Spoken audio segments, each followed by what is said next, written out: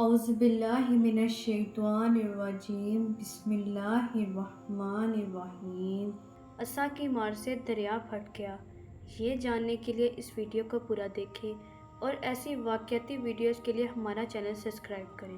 حضرت موسیٰ علیہ السلام ایک مدت تک فرعون کی ہدایت فرماتے رہے اور آیت معجزات دکھاتے رہے، مگر اس نے حق کو قبول نہیں کیا، بلکہ اور زیادہ اس کی شرارتوں اور سرکشی بڑھتی رہی، اور بنی اسرائیل نے چونکہ اس کی خدائی کو تسلیم نہیں کیا، اس لیے اس نے ان مومنین کو بہت زیادہ ظلم و ستم کا نشانہ بنایا۔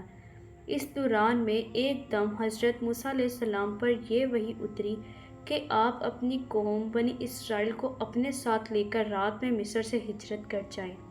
چنانچہ حضرت موسیٰ علیہ السلام بنی اسرائیل کو ہمراہ لے کر رات میں مصر سے روانہ ہو گئے۔ جب فرعون کو پتہ چلا تو وہ بھی اپنے لشکروں کے ساتھ بنی اسرائیل کی گرفتاری کے لیے چل پڑا۔ جب دونوں لشکر ایک دوسرے کے قریب ہو گئے تو بنی اسرائیل فرعون کے خوف سے چیخ پڑا کہ اب تو ہم فرعون کے ہاتھوں گرفتار ہو جائیں گے، اور بنی اسرائیل کی پوزیشن بہت نازک ہو گئی۔ لیکن ان کے پیچھے فرعون کا لشکر تھا اور آگے موجیں مارتا ہوا دریا۔ اس پریشانی کے عالم میں حضرت موسیٰ علیہ السلام مطمئن تھے اور بنی اسرائیل کو تسلی دے رہے تھے۔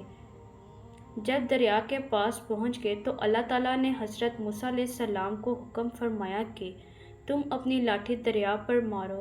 چنانچہ جوں ہی آپ نے دریا پر لاٹھی ماری تو فوراً ہی دریا میں 12 سڑکیں بن گئیں، اور بنی اسرائیل ان سڑکوں پر چل کر سلامتی کے ساتھ دریا سے پار نکل گئے۔ فرعون جب دریا کے قریب پہنچا اور اس نے دریا کی سڑکوں کو دیکھا تو وہ بھی اپنے لشکروں کے ساتھ ان سڑکوں پر چل پڑا، مگر جب فرعون اور اس کا لشکر دریا کے بیچ میں پہنچا تو اچانک دریا موجیں مارنے لگا اور سب سڑکیں ختم ہو گئیں، اور فرعون اپنے لشکروں کے ساتھ دریا میں غرق ہو گیا۔ اس واقعے کو قرآن مجید نے اس طرح بیان فرمایا ہے کہ جب دونوں جماعتیں ایک دوسرے کو دیکھنے لگیں تو اصحاب موسیٰ نے کہا کہ ہم گرفتار ہو جائیں گے، تو حضرت موسیٰ علیہ السلام نے فرمایا کہ ہرگز ایسا نہیں ہو سکتا، کیونکہ میرے ساتھ میرا رب ہے اور وہ عنقریب مجھے اس سے نکلنے کا راستہ بتا دے گا۔ پھر ہم نے حضرت موسیٰ علیہ السلام کو حکم دیا اپنے عصے کو دریا پر مارو۔ چنانچہ انہوں نے اس پر عصا مارا جس سے دریا پھٹ گیا، اور دونوں حصہ اس کا اتنا اونچا تھا جیسے بڑا پہاڑ، اور ہم نے دوسرے گروہ کو بھی اس جگہ کے قریب پہنچا دیا اور حضرت موسیٰ علیہ السلام اور ان کے سب ساتھیوں کو بچا لیا، پھر دوسروں کو غرق کر دیا۔